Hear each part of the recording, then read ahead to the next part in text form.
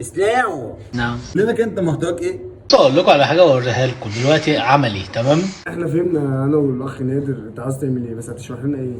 يا جماعه، جايبها كده والله العظيم. اسلام، يعني ايه جيبها كده يا اسلام؟ مالك يا اسلام؟ يعني انت المفروض تجيبها ازاي يعني تجيبها بهديه؟ يا عم ده ناقص يجيبها لنا على السرير يا عم ويقول لك مرا ايه يا عم؟ استحاله يعني يا اسلام ما تجيبها، اوعى تجيبها لنا بالسرير. اسلام ما ينفعش. حصل ايه على الصبح النهارده معايا عشان خاطر انا زهقت بجد.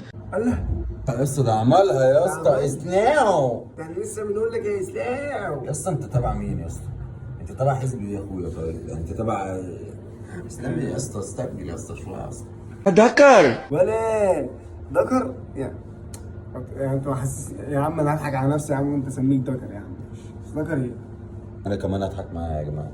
بصوا يا جماعه، كل يوم مش بتصحى تقولي بصي بطني عامله ازاي. والله يا اسطى لو عامل عليها عروض وهيعمل عليها الاون سايد اللي عامله دوت ده ايه هيبيع؟ اكنه معاه عربيه وبيشرح المميزات اللي فيها يا جماعه. هو ده انا اللي مصحيها بقى. نعم، بص بطني بتعمل لسه كنت بتكلم عليكي. هو في الحقيقه ما تجيبش علينا، هو على طول بيجيب في سيرتك. يعني انا كنت معاه بس هو فعلا ما قاليش حاجه واحده، هي مش مشيت يعني.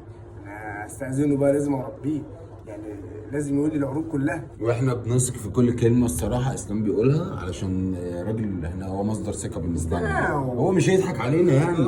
اعترف لكم اهو دلوقتي ان البت دي انا بعشقها وبموت فيها وبحبها. تمام، وهي بقت امي بيبي البطوطه اللي جوه دي.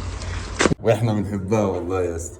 تصف انا بحبها، بس بقول لك ايه، ما تروح بقى ان احنا لسه ما اتجوزناش يا اسلام. يعني ما ينفعش كده يا يا اسطى، اسلام. عيب يا اسطى كده بس. يا اسطى احنا عيب يا اسلام. اسلام.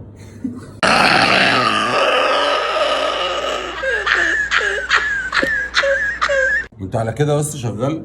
لا كده. ما بتشتغلش يعني. طب وانت رايك ايه في الكلام ده بقى؟ مش يا علق شوف لك شغلانه بدل ما عمرك بيضيع قدام الزفت ده. يلا اوب ايه يا اسلام؟ انت مش كنت قايل ان انت ذكر يا اسلام؟ يعني انت دلوقتي بتقول لك عرق فيا اسلام، ما يصحش يا اسلام.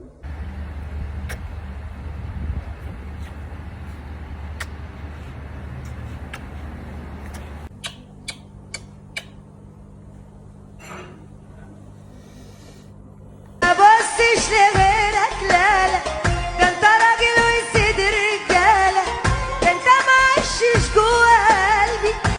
ده مين اللي قال لي كده وكذب عليك؟ يعني ده سيد الرجاله؟ لا ده هو زيه زي اسلام، ما تخليش حد يضحك عليكي. هيدا الحركة لعيون ابتهاج، لعيونك ابتهاج. ليه كده يا ماما؟ ليه كده؟ يعني انا حتى فكرت ان انا ممكن اعمل الحركه دي، انا مش هينفع اعملها. يعني انا مش هينفع اعملها يا جماعه. انت حرام عليكم يا جماعه اللي انت